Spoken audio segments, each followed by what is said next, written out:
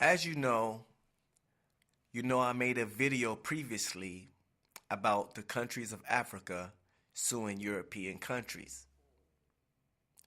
And what I want to do, I want to touch down on a couple of comments that were made. And what I want to do is, I want to close this so-called window of fault. Because a lot of Caucasian people were saying, it's not our fault. And they love to use this excuse. That was the people in the past. That was our forefathers. We had nothing to do with that. Even though they're able to reap the benefits. Let's go into fact number one. Fact number one is this. If I go rob a bank and I come to you with the money and you are aware that I robbed that bank and you go help me spend that money, I've just become a part of the crime because I knew that you got that money from a robbery. Same thing applies to the new generation of Caucasian people. You know the benefits and the money that you got all the way from Macy's to Sears to all of the big companies that were in existence in slavery and that were built on slavery. All the money and benefits that you get in America on the backs of slaves was part of a robbery. See, they robbed the slaves for their labor. They were not paid. They were not given wages. So that is called a robbery. So your ancestors robbed the slaves for their work, gave the money and passed the money on to you, which is called inheritance, and you became part of the crime. Get it? So therefore, you are just as in fault as your forefathers are. Oh, somebody talk to me. See, what I want to do is make sure you have no wiggle room. Because they love to come up with this, we had nothing to do with it. That was our forefathers. So that's why I just connected you to the robbery. So you are just as guilty as them. See, not only that, if you know anything about the Italian mafia, you know that when a person's parents owe the mafia money, if the parents happen to pass away, that debt goes on to the children.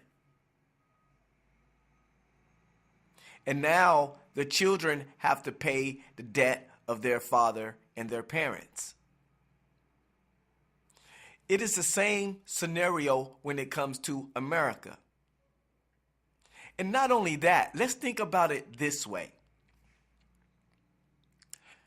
Why don't you just make the rights and the wrongs and the wrongs the rights and the wrongs right?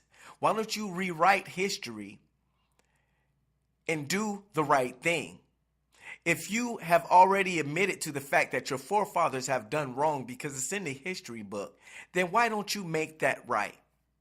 Why don't you just give black people land and property for they can get themselves together and do what's right? Even if you may not feel that you had nothing to do with it, you are in the position to make this right. So America, the Congress, the White House, rewrite the wrongs and make it right. But you won't do that because that shows the evilness in you. The mere fact that you are fighting against reparations shows your evil intentions. Because if you were trying to do right, you would say, you know what, black people? Here's some property, here's some land. We're sorry for what our forefathers did. We feel that it wasn't right. So we're going to rewrite their wrongs, and we're going to give you this land and this property to make things better for you and help your current situation. That would be the heart of a righteous person.